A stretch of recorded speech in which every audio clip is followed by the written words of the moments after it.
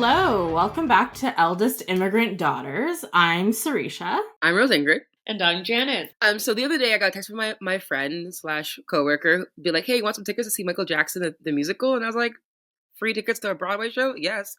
And I was watching this, incredible. Dancers, incredible. Singers, incredible.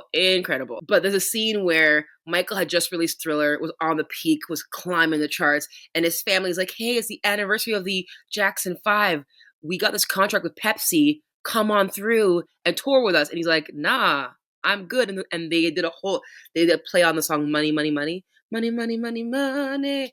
And essentially his family bullied him into doing something he didn't want to do so that he could help his family make money. And his mom was there like, do it for your family. It'll help everyone. His brother's like, it's not just about you. It's about all of us. We all need to eat too. And that's when he did the Pepsi commercial that burnt his face and got all the scarring, the third-degree burns, because he didn't have good boundaries with his family and they did it out of guilt. And I was sitting there like, man, ain't that shit real? Doesn't that sound familiar?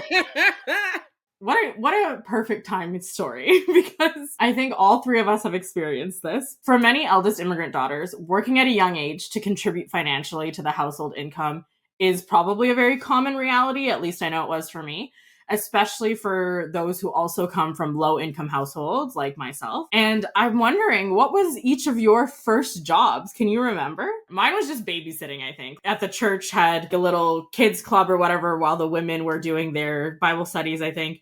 And then I got all my babysitting gigs from that circle of people. But then I think my first legally paid job, let's say, was, those sign holders you see outside of restaurants and stuff? I was the Little Caesars sign person, and I had that job for one day. I got bullied relentlessly. People from my high school were driving by in their cars, laughing at me and pointing. It was terrible. Also, they were racist. But I remember going home after that, and my hands hurt so bad. My arms, my forearms, felt like they were on fire. It was so painful. And then when I would try and look for jobs, people were racist. And so we would watch them throw out my resume right after I gave it to them. So then I worked at this 2-for-1 pizza place that used to exist. And then finally, when I think I was 16, my last year of high school, I lived in a very small town, and the manager at Canadian Tire knew my middle school principal, and she told me that they had an Asian guy who just left because of the racism, and I was desperate for a job. My family needed money, and she was like, if you don't complain about the racism, I'll hire you. And so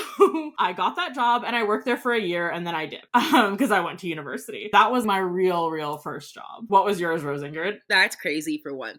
It's funny you mentioned babysitting, because I never considered that like, oh my, yeah, in theory, I was working for free for a long time. Watching other people's kids. But my first job, I will count 2 of them as my first job. I was 14. My mom ran a nonprofit back in the day, supporting Francophone Black women, like women of African descent. She got a grant for one of those student grants and hired me that summer to work in the office. And my job was to teach computer to the women who would come through the center. So I created like a whole computer class on how to basics. We're talking like, this is a CPU. This is the screen. This is the button you push to turn it on. Because some folks really had no idea how to use a computer. And we had a whole computer lab. I made little acetats. So this is where, we don't use them anymore because we have computers and PowerPoint. I made little sheets that you could project onto the whatevers and taught them how to start their own Hotmail and how to use chat rooms. I remember one of the ladies, and keep in mind, they all had kids my age and older. Like, they were grown-ass ladies. Be like, Madame, je chat. Because she was so excited she was chatting in the chat rooms. And then I worked in the office. I answered the phone calls, and if people needed help with resumes or immigration paperwork, I would help them clean up their resumes. That was the first job. But my first real job that wasn't just handed to me, I was 15. The story goes, my mom was like, after 10th grade, she's like, I don't want to see you home all summer. So you're going to get a job this summer. There was no choice in the matter. She's like, you need to give out 10 resumes today before you come home. Bye. And so I put myself together, went out there and gave out 10 resumes, came back and did it again and again until I got a job. I got a call from Susie Shear in the Saint Laurent shopping center selling women's clothing. My mom gussied me up, put me in some frilly pink thing, made me wear makeup. I didn't know how to do that, so she put it on me. I interviewed. She asked me what I thought was in fashion at the time. Did I know? No. I made it up. and they hired me. I was hired at Suzy Shear. I worked retail from 2002 to God, after university. I'm still working in the retail realm. I learned a lot of lessons working that job, though. I learned that you have to raise the pitch of your voice so people think you're nice. You know what's wild? I find it hilarious slash sad that for both of us, the jobs that we had, quote unquote jobs that we first had, were just typical eldest immigrant daughter things, childcare, and then helping people with resumes or forms or whatever. At least I got paid for it. Most girls are just doing it because they have to. Translating from mom because they had to. I was like the surrogate eldest immigrant daughter for a bunch of other immigrant moms. That's wild. What about you, Janet? Yeah, so not including the unpaid mandatory labor. My first job was at Tim Hortons. It was the summer I was turning 16, so 15 and a half. Nothing glamorous. Tim Hortons wasn't bad back then. Now, like, the menu's wild, pretty standard. And then I would have loved to have worked retail, but I never could get in. Wonder why. But I liked my coffee job. My first job while I was in high school, Tim Hortons, second cup, and then at some point university, Starbucks. I didn't know we were both baristas. I was a second cup girly too. Look at you living the Canadian dream. Tim Hortons, second cup, Canadian branding being kept alive. Are both of those owned by Americans now? I was gonna say, I don't think either of them are still Canadian. Starbucks Canada used to be good, man. Yo, when I found out how the Starbucks kids were getting paid, when I first told me about markouts and how they were getting like raises every 6 months, and I spent 6 years of my life slaving away for Tim Hortons for minimum wage, second cup, and Tim Hortons for minimum wage because I worked at Tim Hortons too, and I was like, I was working for the wrong corp. I could have been making real money. They were like regular baristas making $18 an hour back in the day, and I was like, what? It's fine. We're all boycotting them now anyway. Oh yeah, for sure, but at the time, I was salty. Do you remember what you did with your first paycheck or with the money that you got? No, I don't remember. I know I got a bank account at the age of 12 because I was going to Montreal for a school trip and I needed to pull money out. And I had my own debit card. So by the time I had a job, I had a bank account and a debit card on my own. That being said, my money went to bills, period. Like my mom would, I remember because I got the job I got when I was 15. I remember the summer after 10th grade. My mom, that end of that summer, early fall, my mom was like, your brother needs school supplies. We need to go shopping. You're paying for them. Like that was the deal. That was the beginning, and it never stopped from that point on. So all our school fees that fall, I paid for both my brothers and I. I think we went to Giant Tiger. I bought us school supplies. Yeah, it was just part of the deal, and that never stopped. Really, I just became part of the family income. I bought milk and other necessities. Yeah, I think mine was the same. I think it was bills and mostly groceries, probably. I would assume, or gas money. Because I was also making was it $6 or $9 an hour because I was under 18, so they could pay you the student fee or kid fee, whatever it is. The one thing I do remember though is that Christmas, I used my employee discount and I bought my family Christmas presents, and it was like first time in a while we'd had like proper Christmas. And I'm so glad I did that because my dad died before the next Christmas. So I got to give my family a good Christmas before everything went to hell. Not dark at all. For me, once I started working, any of my expenses were mine to handle. So independence started early as, an eldest immigrant daughter. And I mean, like, she didn't take my money. I had it in my bank account. So it wasn't like one of those things where like, I didn't know what I made. I knew what I made. I had a bank account. My mom had an accountant. She brought my stuff and he filed taxes for me every year kind of thing. It just meant that I had bills to pay before I got to play, Or if I wanted to play, I paid for it. There's a point where my mom paid for us to get piano lessons. And then when I finally started work, both of us were working. So Fletcher got his first job at like 15, I think, too. Like, we're 2 years apart. My mom's like, well, this year you're paying for your own piano lessons. And I was like, what? And Fletcher was like, oh, well, then I'm not taking piano lessons. Okay, bye. And I actually paid for my own piano lessons for the last year up until I just couldn't take it anymore and I had to quit my job. It was my last year of high school. I was so stressed. I was behind and anxious, and I was like, and my job really sucked. And I finally was like, you know what, forget it. And so I had to stop piano lessons at that point. But like, I paid for like trips, like school related things, and like if I wanted a lunch at the cafeteria once in a while or go to McDonald's or whatever, like I could pay for that. Or doing like youth parliament, I could pay for that and not have to ask for permission, which is, even when I was doing like field hockey, like I could afford those kind of things. which helped me at least have some agency in my day to day, you know? Having agency was good at an early age, but then I resonate with what you say, like balancing school Monday to Friday and work on the weekends. Because in the summers, I would work full time, but then when school started, I didn't work the coffee jobs throughout school because it was too hard. I ended up working in a kitchen, but I hear what you said, like being stressed as a high school senior because like 7 days a week you've got something going on. I want to say it's a good setup for university, but like, no. Yeah, I think the agency thing is interesting because I can't remember really spending my money on myself. I know I did. I did get to go to movies with my friends every so often, or I remember me and my girlfriends would go out once in a while, sort of thing. And so I'm sure like I must have paid for that, or if my parents had sacrificed something so that I could do that. There's still an innate feeling of my money was not my own and it was always collective, which I don't disagree with, but I was always still thinking every time I got a paycheck, how can I use this to contribute to the family? How can I support with bills? And then juggling that while the IB student workload, plus all these extracurricular things that I was in because I was trying to build my resume for scholarships for university. The need to feel that I was reliable for people or liable for people, and the responsibility I felt for others and the livelihood of people in my family is where my money was directed.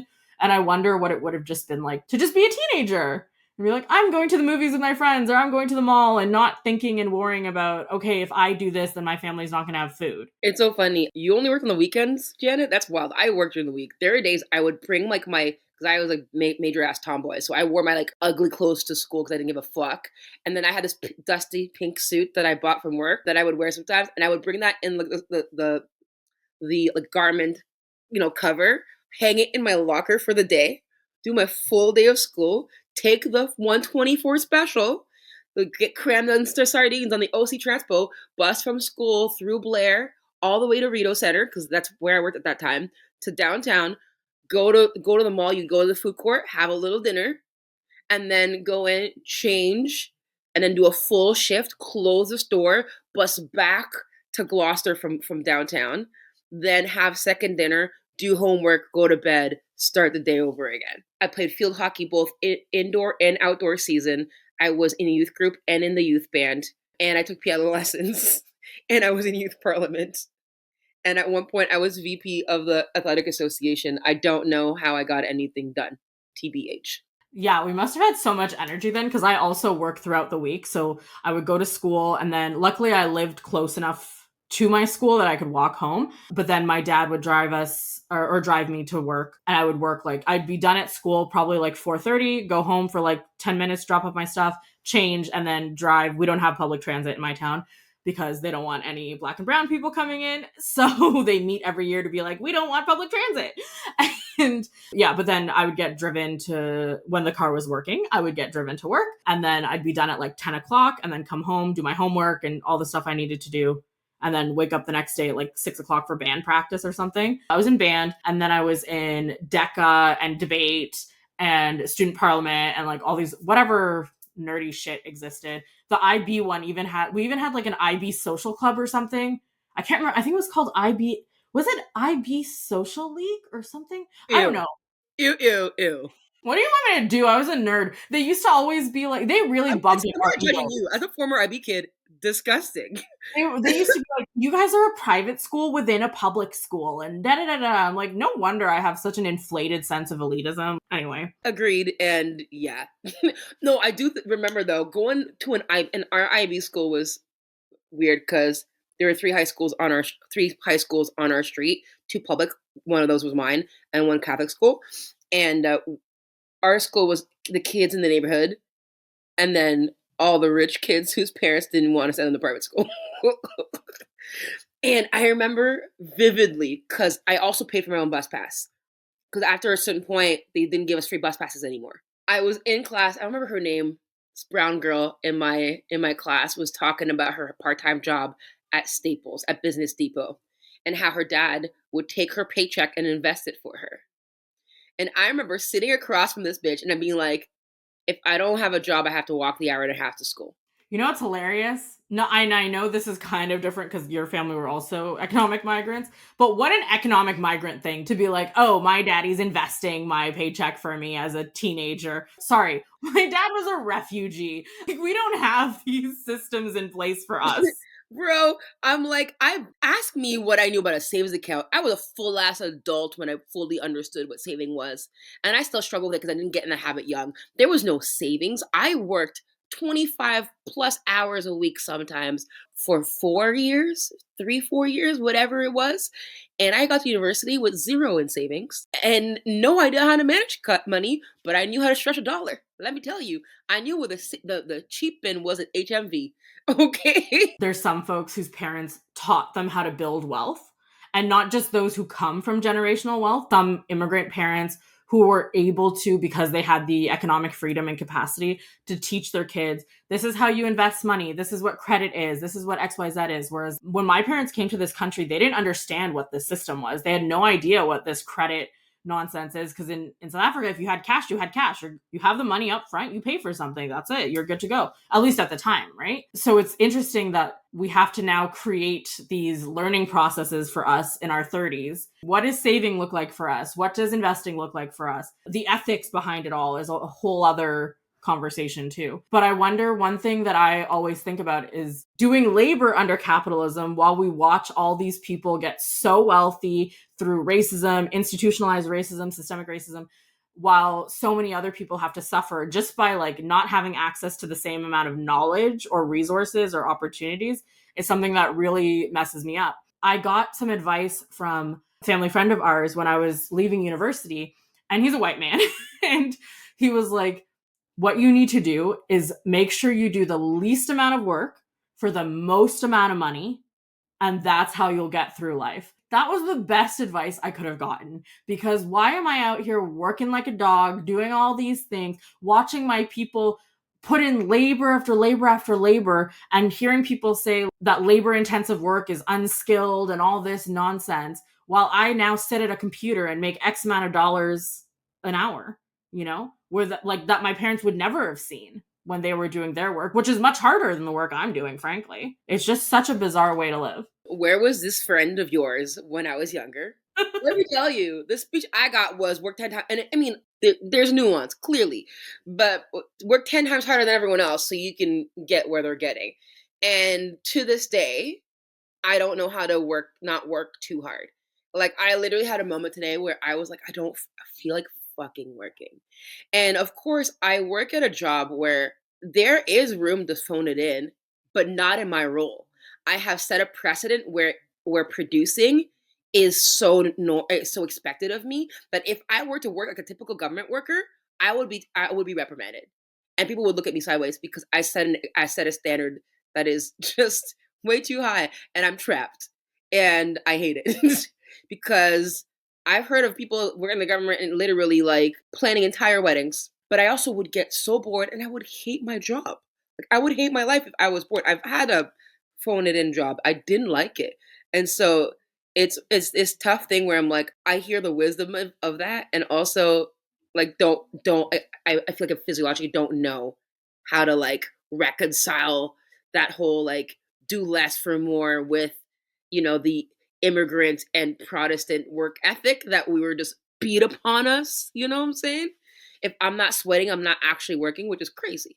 It's hard to unlearn your conditioning, especially when you've been working since the minute it was legal to do so. Part of it makes me uncomfortable. It doesn't sit well in my spirit, quite literally, to think about the reality that there are people who physically are working harder than I am and are getting paid pennies compared to what I'll make because I have a degree and because while people are like harvesting our food and people are cleaning houses. My parents did those sort of jobs, right? When they had to, when we had no money, they were cleaning people's houses and doing whatever they could to put food on the table, getting paid like next to nothing. It just infuriates me so much. And it's not that I want to be paid less. I think everybody should be paid more. Honestly, working at Canadian Tire, standing on my feet for that many hours, like if I had like a full day of work, if it was a weekend or something, was much harder than what it feels like my brain is doing now. Oh, for sure. Like being a line cook and working 13, 14, 15-hour days, cooking over a hot fryer, making your food while you're sitting in your restaurant, complaining that your 20 minutes, your steak didn't come in 20 minutes. For sure, I worked harder and definitely got paid much less than I do now. And I loved my barista job. When I was a second cup, I actually super enjoyed it for the most part. But also the $11 an hour I was getting paid did not pay my bills. And I was like, I didn't get the title, but I had a management position. Like I was doing all the food orders, all of the stock orders, all of the milk, everything the store needed. And when the boss's dad died, I did all the scheduling. I trained staff. I was the first in the building when stuff was broken in there. They called me before they called the owner because I lived closer and I was there every day. And I would have gladly kept a job like that if I was paid what I'm paying now. Because ultimately, yeah, it wasn't like as quote unquote prestigious, but I had time after to think. You know what I'm saying? Like I used to like make lattes and get an idea for a song or a poem and like take notes and jot it down. I got to talk to people every day. I remember, met single moms, got to support them in some way. You made connections. And in some ways it was really fulfilling, other than the fact that it was not viable to continue doing that. And I had other skills. I also had other aspirations, so I went and did those. But if I could get paid what I'm getting paid now and be a barista, in many ways, I might do it, which is so sacrilegious as an immigrant's kid to say. But I think I'd sleep better. It's only sacrilegious because, unfortunately, these jobs still pay minimum wage. And what you're saying is so true. Like, I remember throughout university, at least my undergrad, I always had at least 2 jobs because student loans are great, but like the student loans pay your tuition. They don't pay like your gas, your insurance. They don't pay, I don't know, for the additional equipment you're going to need, for the lab, for whatever research project you're doing. And balancing out, yeah, I definitely had way more energy when I was younger because full university course load, 2 jobs. And I liked my second cup job. It was nice, but it's not enough, It's not enough and that's just wrong. And in university, it would have been nice to take your time, but to take your time is just more, you're just paying them more money. My final year of university, I was doing a fellowship with a nonprofit program. Actually, I think my fellowship was on colorism, addressing colorism in ethnic communities. So that was like a fun, interesting job to have. And then I had an internship out of Silicon Valley doing work, like marketing work on campus. And then I was working 2 like receptionist admin jobs for work study. So I had 4 jobs while trying to just graduate. And I still left with a whole bunch of student loans and debt. The idea of having to do so much labor at a time where we're told we're supposed to be enjoying life and relaxing and experiencing all these fun things. But as these eldest immigrant daughters, we're not able to do that to begin with. It's just like so sad to think about when I think about it now. But the thing is, at the same time, this idea of profiting off of others' labor is something that is so normal here. We're just used to being so exploitative. And we're not taught from our own communities like how to hoard wealth under this Western capitalism. So when we're confronted with it, we have to shift our values. We have to kind of assimilate to a certain extent just to survive in this space. There's not an understanding that like the generational wealth that already exists is built on violence and exploitation. And even if it wasn't, how are we supposed to build it for ourselves or our families when our values make us send money back home or send gifts back home or like regularly contribute to mutual aid if that's a value that you hold, paying bills for yourself and for your family. For those of us who are at evangelical churches, tithing and having the Bible weaponized against us to extract our funds, even as students and young people. And then the prosperity gospel of it all. You put it in, you'll get tenfold back. Just give us all your money. All of these things make our relationship with wealth and with finance and with money just so complicated and complex.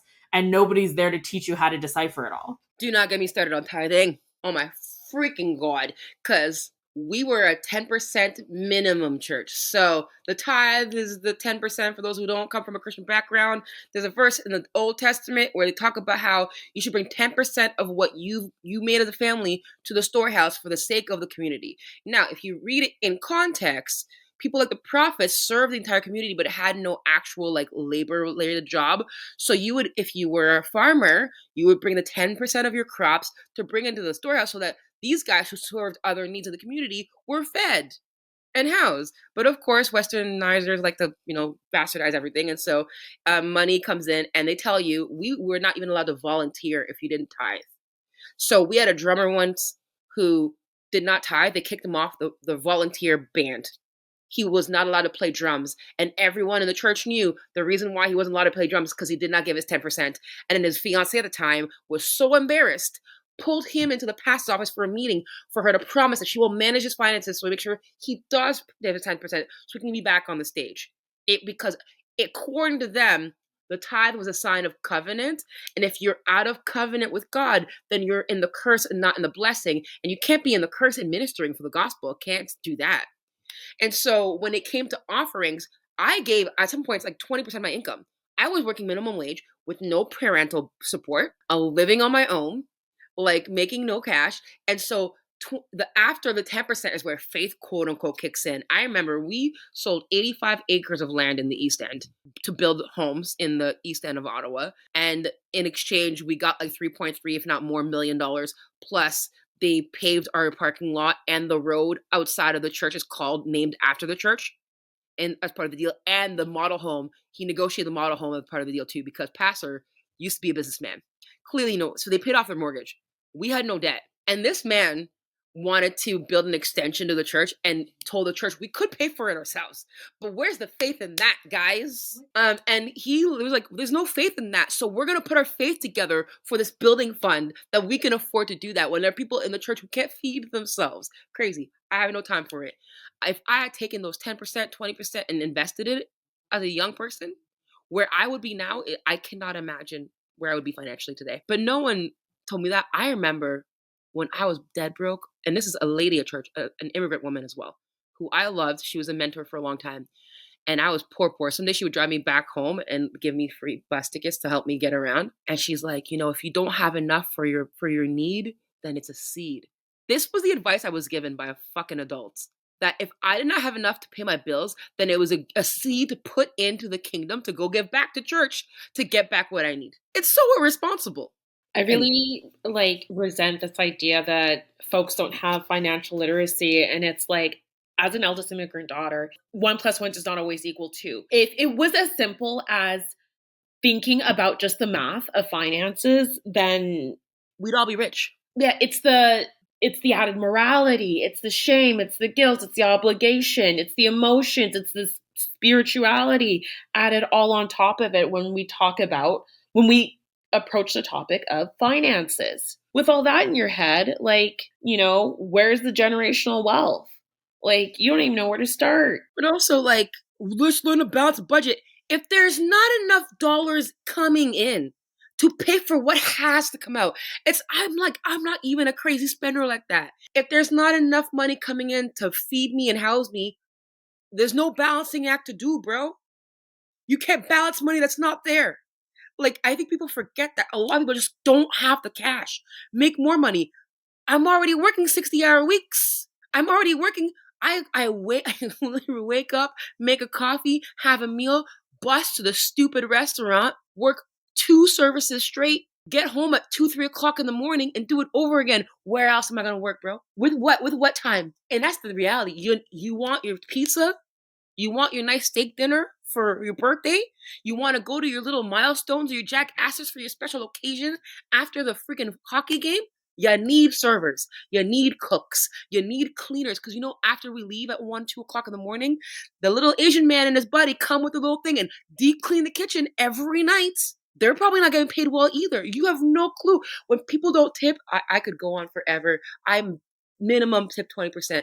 I know tip culture is bad in North America. I understand. But the reality is they don't get paid what they're worth, and they work so hard. And and this meal is actually excess. You don't need it. If you can't afford a tip, say to fuck home and cook your meals. I can't stand it. The amount of labor, and you don't understand that the server is tipping out your kitchen staff who are working, burning their arms and hands and working under hot fire, and they don't get breaks. They don't eat full meals, and they've been there 12 hours. So you can have your stupid steak. Can't stand it. As eldest immigrant daughters and children of parents who had to do hard labor, we just have a healthier respect and understanding for that sacrifice and what that work actually takes. I remember my dad telling us stories about how he, like, him and his brothers and sisters would go and deliver newspaper. And then when we needed money, we delivered newspapers, but we were kids and we didn't want to do it. So my parents would do it, like wake up early in the morning and do the newspaper runs because they just needed the money. And you get paid like 5 cents a paper. It sucks. It's not good. And nobody tips you. You're supposed to go around the neighborhood asking people for tips as kids. It feels so shameful and embarrassing. And even now when I go out and I'm having a meal and I see, especially in Montreal, I see the staff that are servers that are all white, who, yes, are also not getting paid what they should be getting. And then I look at the kitchen and it's all, for the most part, these black and brown men who are working in the back. And then occasionally, like, I'll see black and brown women who are working in the doing dishes and stuff. And it's so enraging. Don't get me started on dish pit. When I worked at Milestones at Dundas Square,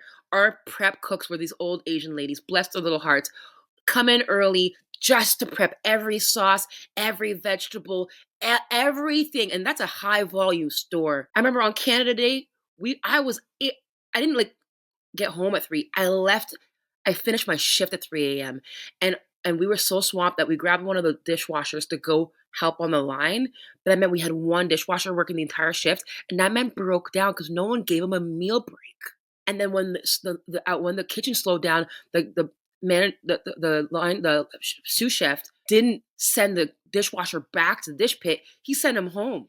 So though my shift was done, I walked back there and I saw this man freaking out. I'm like, you deserve a meal. I yelled at the guy on the line and said, make him what he wants to eat. I said, you need a break. I will wash your dishes while you take a break because I'm not too good to wash dishes, even though I'm no longer in that. I've quote unquote moved up. That's ridiculous. Without a dish, we can't serve food. Again, that's the thing. Everything is built on the exploitation of someone else. That's the only way we actually make money under this capitalistic BS system. And it's so frustrating every day to watch people who just don't care about this preach about how they build their wealth and invest in this and invest in that. And I'm just like, that is not how finances actually work. And I'm tired of listening to you about this. And the reason why you can do that is because you have a nanny taking care of your kids full time. Because you have a house cleaner who comes in to clean your house every fucking week. Because who you're not paying well. You send out your dry cleaning. You don't do your own laundry. Because you literally have a personal chef who cooks all your freaking meals. Like, let's talk about it. And if you don't have a worker, you have a partner, you have a spouse, your wife does that for you. Let me tell you. Huh, big man? Fortune 500 CEO, bro? Like, someone's doing that labor for you. Someone is. You have excess time and money to afford the personal trainer and the personalized cook to cook you the best meal so you can work out all day. Of course you're fit. And you're going to judge the person on their feet at Walmart at the cashier 40 plus hours a week for not having proper meals. I'm like, well, you try that. You try having a proper meal when you're on your feet all day, when you have to finish eating a full meal in 15 minutes. I'm so grateful that my parents were willing and able to make such sacrifices so that I no longer have to live that sort of life, because it sucks and it's hard and people don't care out here. They treat you like crap and it's so infuriating. That's why it's like when you have somebody who's rude to a server, for example, it's the worst. I'm not in that space anymore where I'm experiencing poverty or living below the poverty line. And I'm very grateful that education is what was able to pull me out of that and pull my family out of that. But I'm more grateful that my parents made those sacrifices and took on that hardship and labor so that I wouldn't have to. And so as a result, when I see like an uncle working in the restaurant or in a store, I'm not seeing just that person. I'm also seeing my parents, and I have a very healthy level of respect for that. Whereas like some people in this country they're racist and terrible. We know that, but they have no understanding of what labor actually means and how some people are literally trying to survive while the rest of you are out here thriving and daring to dream and all the buzzwords of fun stuff that you get to do. 100%. And like, I'm not even, the last 3 years financially have been a huge shift for me. I was making less than $30K a year most years up until recently. And so like, even for me, like my pocketbook says otherwise. And we could talk about how the middle class doesn't exist anymore, and that even though I make more than my mom ever did make, I would never be able to afford the life she had, which is so infuriating. I followed all the freaking rules. I finally quote unquote came up, and my come up don't mean nothing in this economy no more. Y'all sold me lies. But I will say this: if I feel sick, I can just take a day off and get paid. If I need a mental health day, I can just take a day and get paid. When I go on vacation, I'm still paid. You know what I'm saying? Like whether I can afford to go away or whatever's, like those are privileges that I did not have when I was working on the line or in a coffee shop, or I'm not hunting for my next brand ambassador gig. And it wasn't that long ago I was working in a kitchen. Like I was working in the kitchen as recently as 2019. You know what I'm saying? Like it's not that long ago. And so I recognize the privilege of sitting here now and bumping into old friends who still are in the industry. Some people choose it, and I understand why. And some of them make good money in that game at a price. And the price is your body. It's your time. Because it takes a long time to make that cash, but you're on your feet a lot, and people treat you like garbage, and it's highly stressful. And I saw how it impacted my personality and the way I moved around the world when I was in that stress too often. And so I'm not in a hurry to go back. But yeah, you recognize, even like I work in a place now where there's a mix of all of it. Like we have the corporate side, and then there's people who work front lines. Like there are people who work in the kind of work that I used to work at in their still same context. And and I feel I see the division between the two like kinds of employees. And I like, that the cool fancy work we do doesn't matter if these guys don't exist. The guys who answer phones and make phone calls and clean toilets and serve food and take tickets, without those guys, none of our work matters. All the fancy dinners you go to, the politicians you talk to, who fucking cares if these guys don't exist? They're actually the backbone of what we do. Labor isn't respected, and because if it were, labor standards would be equal across the board. People don't realize, like in this country, the food that you eat, not the food that's imported, so you can have your mangoes in the middle of winter, the food that is harvested here is done by labor that is exploited, like systemically exploited. Yep. Like, and they left them all during the pandemic. The height of the pandemic, they left them all. Tomatoes in Leamington, the fruit farms in Niagara. Want to talk about where those Ontario good things grow in Ontario? Thanks to migrant workers that we don't pay well, we let die and have no health care. What a connection too. I remember my church, we gave away our bicycles for migrant workers, and I only, like, as children. And I remember this story growing up. Hold up. What other level of exploitation is that the church is involved with the migrant workers? Settler colonialism is wild. It doesn't end. It just evolves. It evolves. And that's why, like you said earlier, Rosengrid, even when you make more than you ever thought you can make in your life, it's still not enough. No, seriously. I'm paying more in rent now than when my parents did own a house than what they were paying for their mortgage. I'm like, I could have paid off the mortgage of that house. Bro, if my mom made, as a single parent, what I make today, the childhood I would have had, the options I would have had. Do you know what I'm saying? Like if I had 20 years ago was making the salary. What a difference. Hell, I'm 10 years ago at 27. It's kind of like what we were saying last time about our families and the goalpost for success always moving for our parents. The goalpost for success in this Western colonial capitalist environment is also shifting. You can make six figures and cannot afford to buy your own house in this country more. The only way, I think like the only people who I know who have reached those milestones and still have money came from money, right? Exactly. Like they had wealth that was built under them, so that when they actually made their 85K or their first 100K, even though it actually doesn't go as far as it used to, they had like savings, they had investments, they have quote unquote money doctors that help them, whatever's, or they have, maybe they didn't come from much money, but their parents, like I had friends who were farmers and their parents didn't have like cash, but they have assets. Let me tell you, a tractor's an asset, a barn's an asset. When you own hundreds of acres of land, and you can that is credit, that means something, and mom and dad could pull from that to help you buy a house. Like that's the thing. You either came from money or have access to wealth in some shape, way, or form. I think of like me, I'm like, yeah, I'm making decent cash now, but I spent the first decade plus of my adult life living paycheck to paycheck, accumulating debt, right?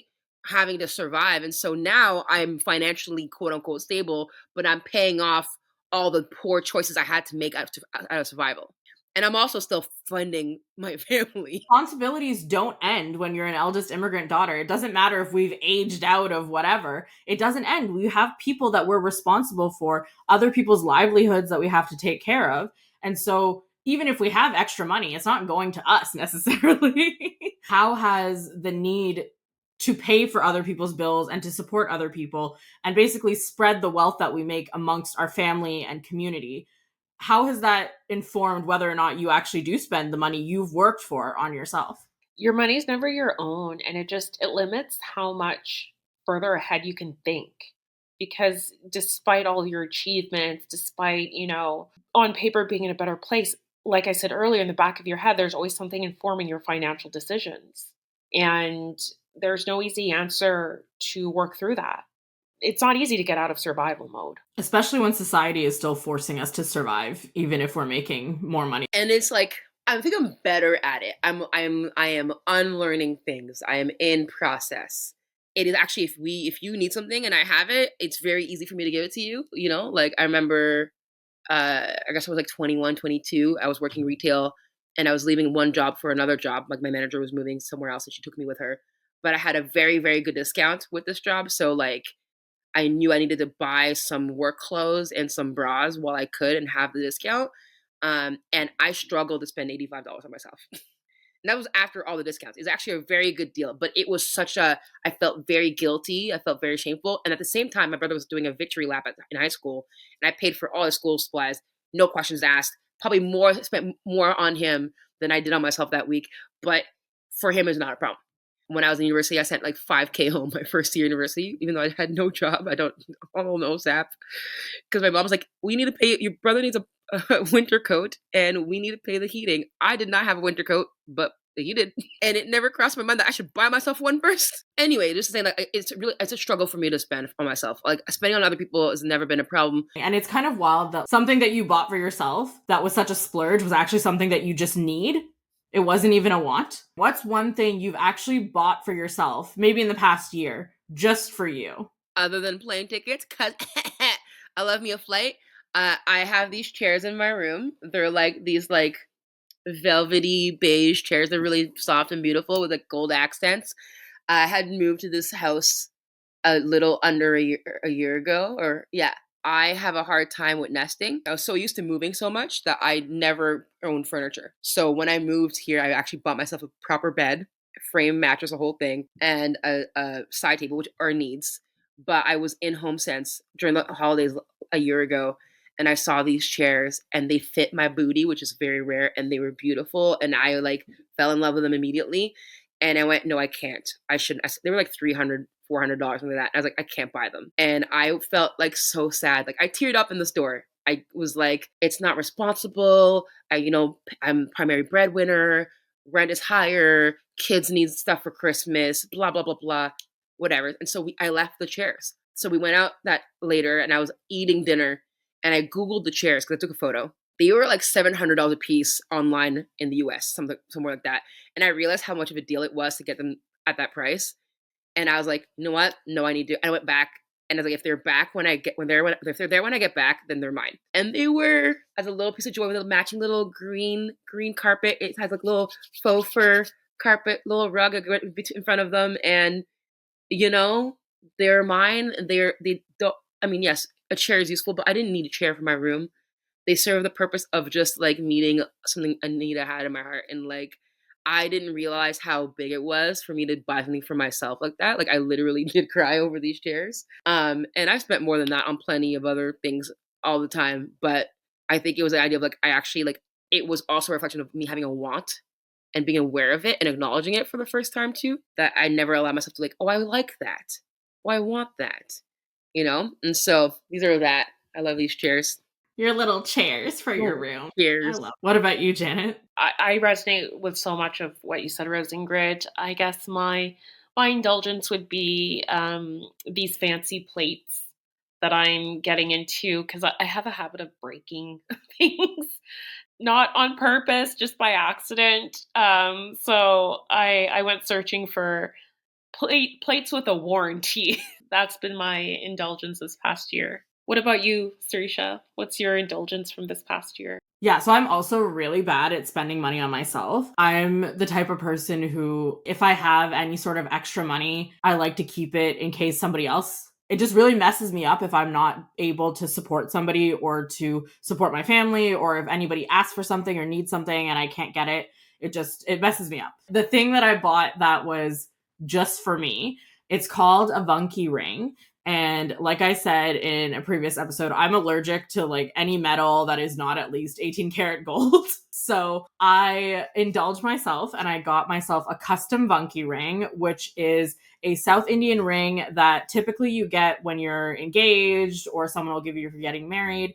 And I'm not any of those things, but I wanted it anyway. And so I bought it for myself and by a brand that shares my values. I think that's the other thing is, especially when we're talking about labor and exploitation and capitalism, it was really important for me that if I were to buy something that I was spending a decent chunk of change on, it would be going somewhere that I actually value. And so the place that I got it from is they're a queer-owned, Indigenous-owned, pro-Palestinian, just like very amazing brand. And they work with reclaimed gold and ethical gems and all this stuff. And so, yeah, it's a piece of jewelry that I've added to my very, very tiny collection.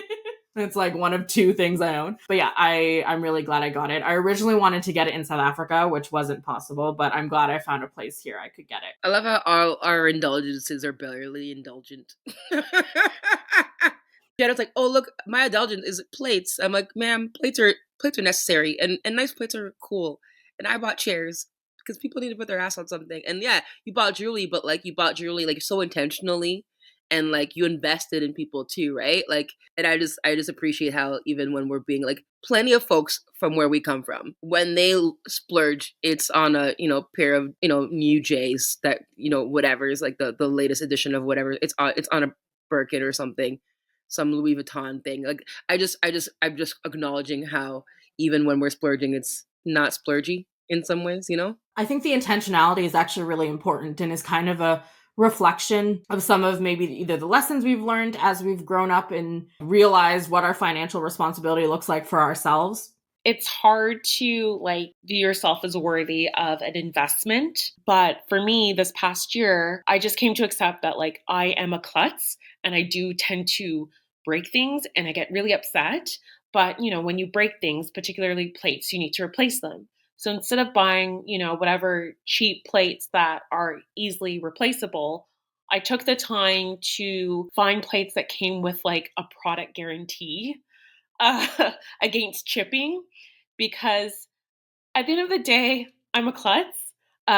It's not a vice. It's just who I am. And I don't have to feel guilty or wasteful about that behavior because there are companies that in fact target, like can accommodate me instead of me trying to, I don't know, accommodate the system. No, but it's also a reflection of where you're at financially and of financial growth, because I think wealthy people do pay more for higher quality items that are insured, that do have a either longer lifeline because they're made with higher quality materials or made in a way that so they can last. And so like it's kind of cool that you're in a position to be like, I could pay for a more expensive plate that has a warranty so it can last longer, whether it's because you're klutzy or not. That's actually something valuable that I know that I couldn't do that before to buy something and be like, oh yeah, whatever it is, I want the warranty on it because I know that's actually an investment in what I'm purchasing, which when I was less financially free, I could not do. So that's actually like that's dope. Yeah, and I think like so to speak, the little indulgences I think are really good too. Like one of the things that I try and do very often is the most basic needs. Making sure that those met is one thing, but I never want to deny my family or even sometimes myself, but I never want to deny my family anything. So, for example, I don't know what is happening with Canadian grocers. I think we all know that there's problems, but during the past year or so, cherries are like $20 for a bag. A tiny little bag of cherries is like $20. And my mom loves cherries. She loves fruits because she's, from South Africa. And it was such a small thing, but when I told her how much it was, she was like, "Oh no, don't get it, don't get it, don't get it." And I was just like, "Are you going to eat the cherries?" She's like, "Yeah, obviously." I'm like, "Then I'm going to buy them. Who cares if they're $20? You want the cherries, you need to eat.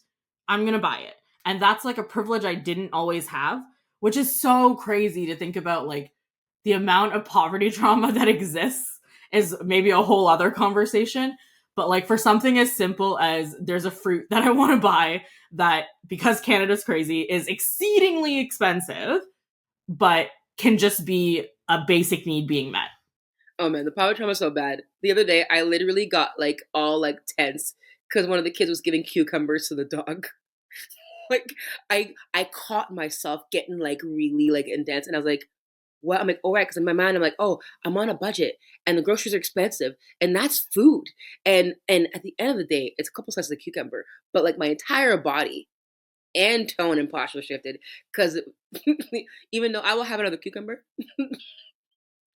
and it's $1 something, I'm pretty sure I'm okay. Like it in my body, it was like, we can't be wasting food like that. And it's wild how even this far down the game, I still have those like, oh, I think food is one of those poverty trauma things that I don't know if I will ever fully shake.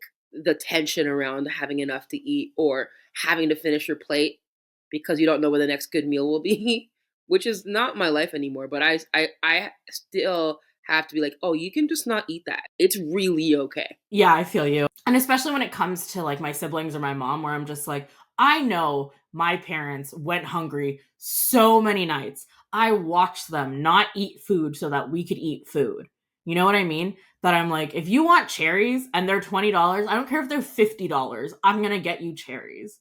You know, I would hope that like somewhere in there, deep down inside, that your mom does appreciate the sacrifice, the intentionality. Here's the thing, she's an immigrant parent. So maybe she appreciates it, whatever. I just get scolded for spending $20 on cherries because That's fair. That's fair because it's not because what responsible. immigrant is spending $20 on cherries? It's None. only right that you would be scolded for spending that much on cherries. Thing is I've actually also learned a lot from the financial mistakes that I've made. I don't think I've made huge mistakes, so to speak, and I'm very grateful for that. But I think I've had to learn how to navigate the system by myself with zero help and zero support. I think my parents also learned from theirs. Like my dad, the minute I turned 18, he got me a student credit card. And I used that credit card just for emergencies. And I had the mentality of like, don't get into debt. So only ever use the card when you have cash. And when I was in university, you could pay your rent, like at the building I was in, you could pay it on credit. And so I would have the cash in my checking account.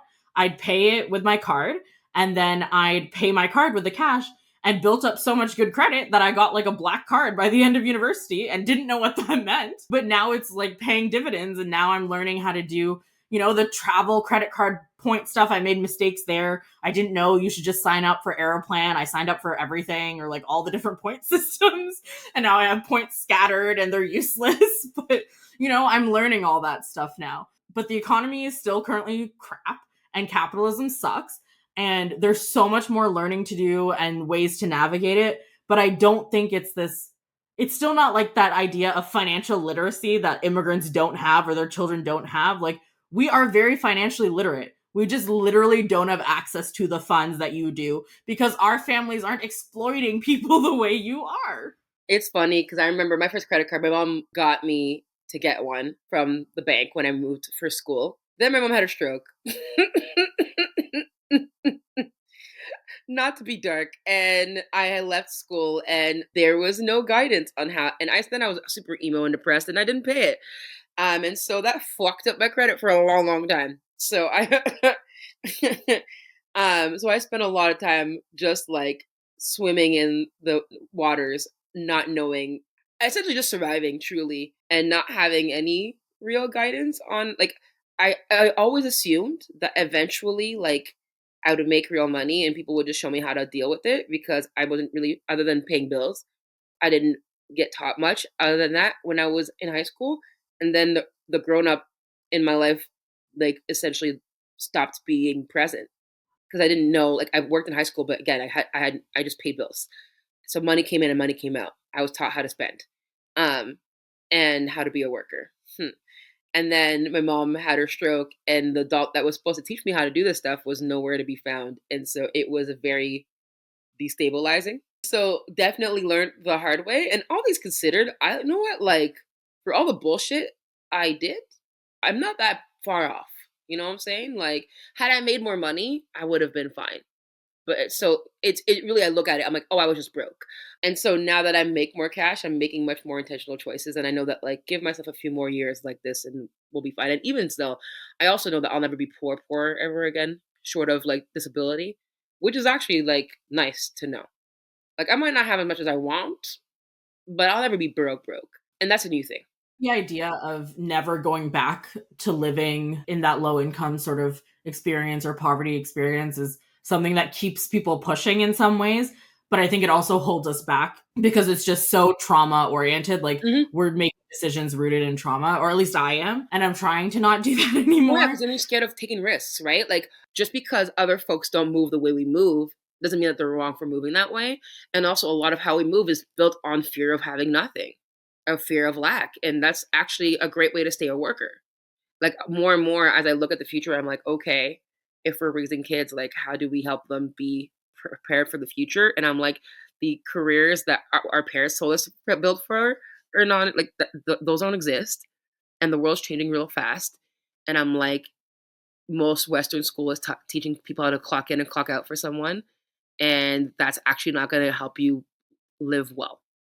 As eldest immigrant daughters, we're unlearning a lot in real time.